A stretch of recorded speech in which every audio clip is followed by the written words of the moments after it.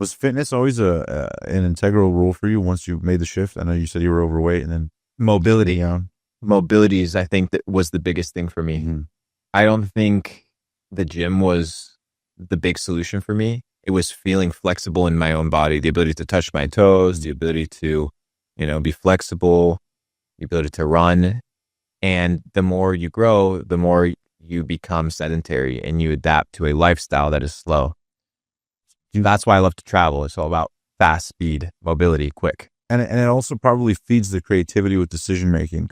Make sure you have so much going on that you almost need to like solve this business problem in Argentina. You know what I mean? Or think through this thing in Brazil. Or like I get the subtlety of that, but also the nuance of it. I guess for me, it's like the the fact that you're doing it so frequently. I wonder how you sustain it. You know what I mean? Yeah, I mean, you sustain it by having healthy lifestyle. You're never going to see me go out and party at a club. Rare if at all. Mm. I have to be forced to go. You never see me drink alcohol. You're rarely, if at all, maybe by misfortune, eat high fructose corn syrup or processed sugars, carbs at night, seed oils, all these things that are intentionally designed to hold you down and harm you, Yeah. I stay away from. So I try to optimize. You'd be surprised. You see somebody like Cristiano Ronaldo, now at 40 years of age, shredded, competing with people that are half his age, strong, ripped. Consistency, good habits, good patterns, staying away from drugs, staying away from alcohol, staying away from bad things. You can actually have a lot more stamina and momentum than you think. Mm-hmm.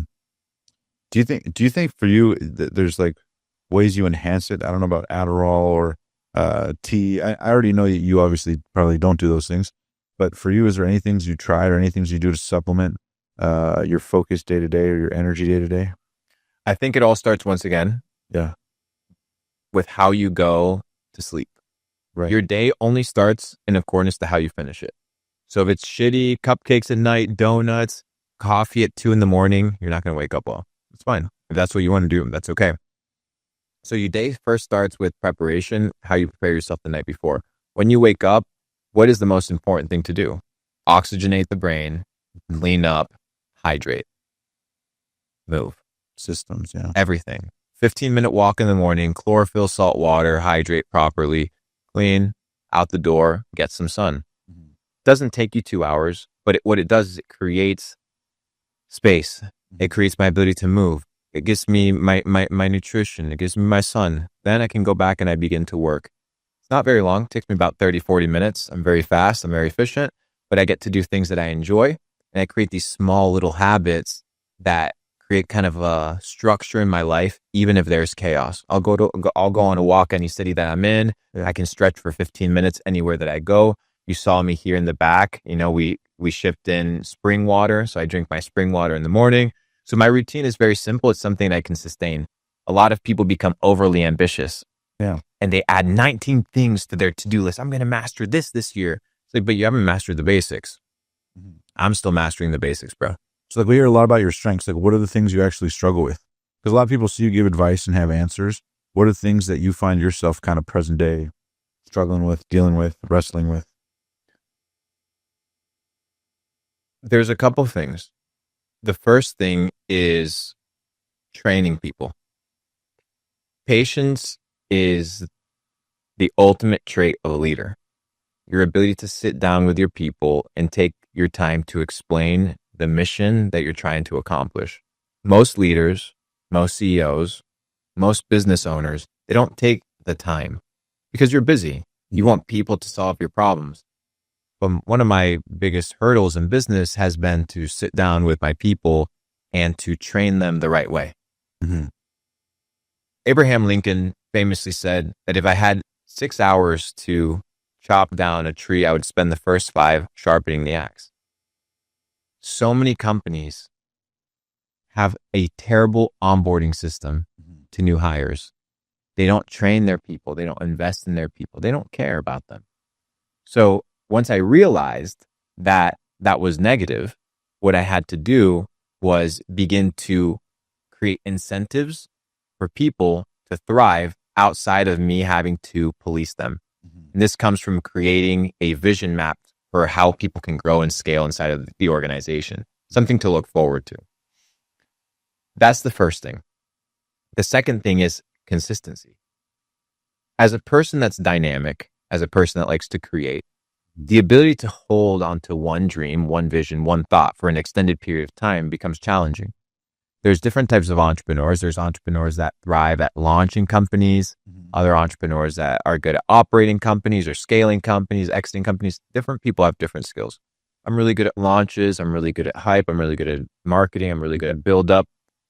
But you need operators to sustain the business long term, the day-to-day operations. Correct. But you can't do it out of a place that is not natural to you. So I was doing a lot of the operations in my company for a lot of 2023. 2024, I realized that I need to bring operators and people that maybe didn't do things like I wanted. They didn't do things as good as I wanted. Not as good as me, as good as I wanted. But they were good enough and I could trust them.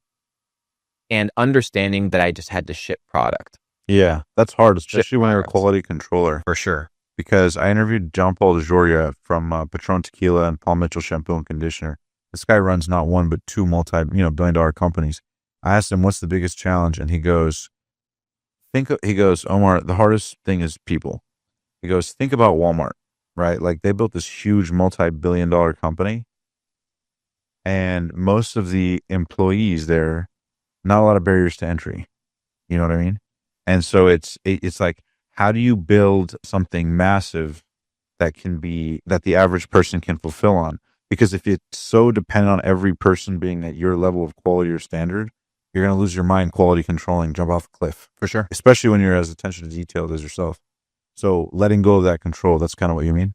Yeah, letting go of the control and allowing other people to do their job.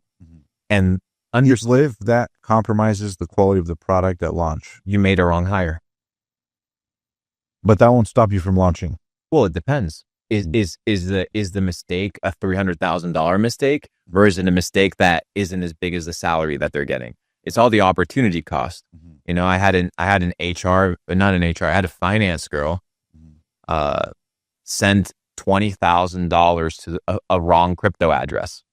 But she does a lot of great work throughout the year. So what, do I just terminate her because of 20 grand? But the ROI of her labor, the ROI of her efforts and the trust that we have that she can move money, whatever, is bigger than the 20K. Plus the accountability. And it's the trust. Future, yeah. It's the trust. So you build into that trust and you understand that people can learn skills. People can get better. People can't learn how to be good people. Yeah. People can't learn how to be faithful and loyal. You find that and then you train the rest. And then you're patient because people are still learning. So you hire for character. Yes, first.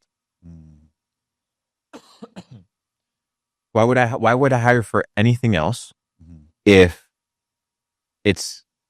business is like war, or if it's resembled like war? Oftentimes people read The Art of War by Sun Tzu and a lot of these principles translate into business.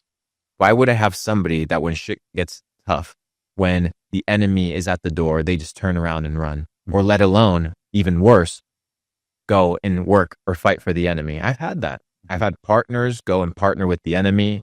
I've had employees go and work for competitors. Why?